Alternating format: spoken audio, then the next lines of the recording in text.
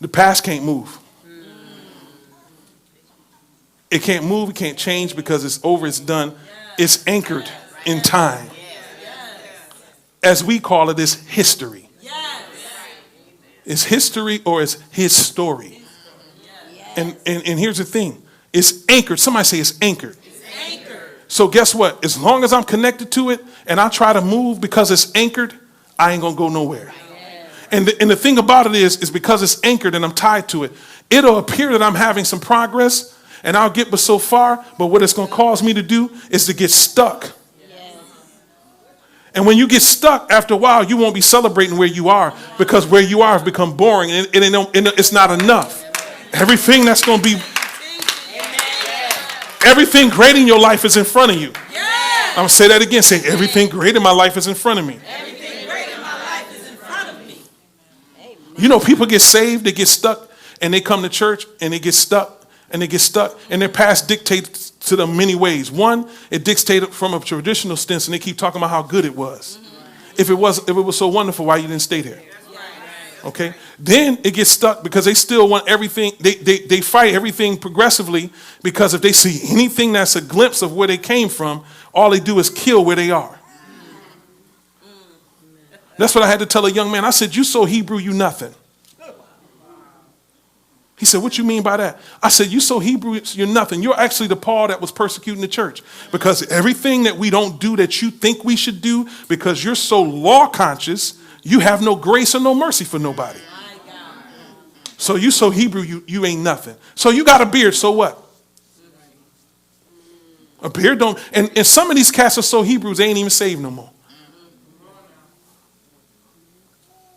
They just bearded up with the stuff. Y'all, let me tell you. Never mind. I ain't gonna mess with it because some of y'all can't handle when I say certain things, but that's okay.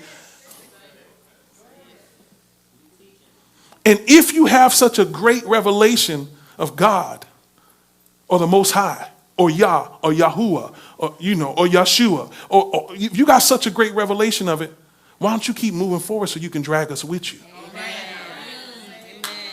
Never mind. That didn't go too well. Because Paul said I was a Hebrew of Hebrews, man. I kept every aspect of the law, but yet I was running around killing people. Because the law can't make you righteous. Okay. And this is why y'all frustrated. You still talking about what your baby daddy, your mom, you know what I'm saying? Your baby daddy. Why you still grown and calling somebody a baby daddy? That's your child's father.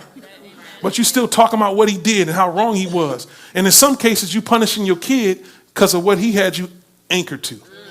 Or what you've allowed yourself to stay anchored to. That's why your praise is hindered. Because you get to a certain place. And you're trying to run to the throne. And you're trying to get in his presence. And you're trying to show him how much you ain't anchored, Doc. Get your anchor together, Doc. Father, I love you. Father, I love you. I just want to be in your presence. I just want to be with you. And you talking about you reaching for him while you're still holding on and tied to your past.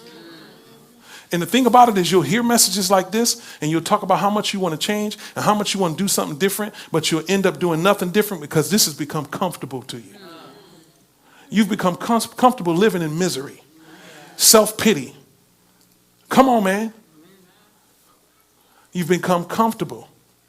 But one of the things that's happening as I pull, the more I pull, the tighter this get. And because it's getting tighter, it's aggravating me.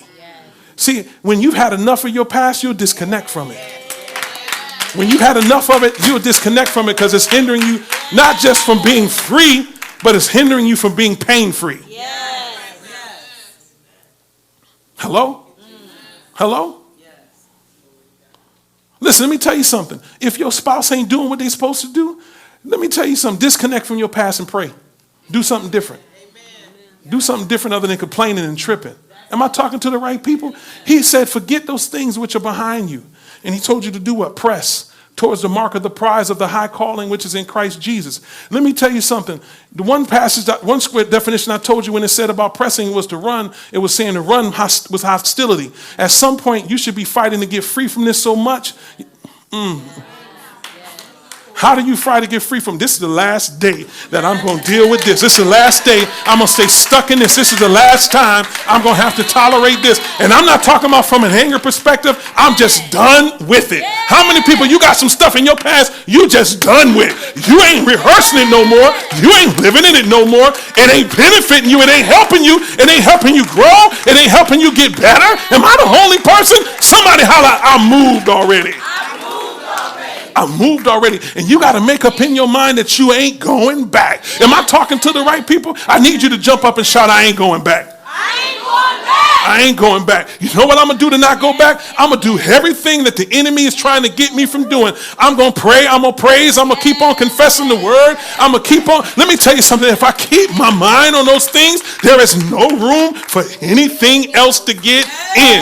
Look at somebody real quick. Say, oh yeah, I did what I did. I done what I done, and I'm done with what I done. I want you to go to 3 people real quick and say, move, move, move on.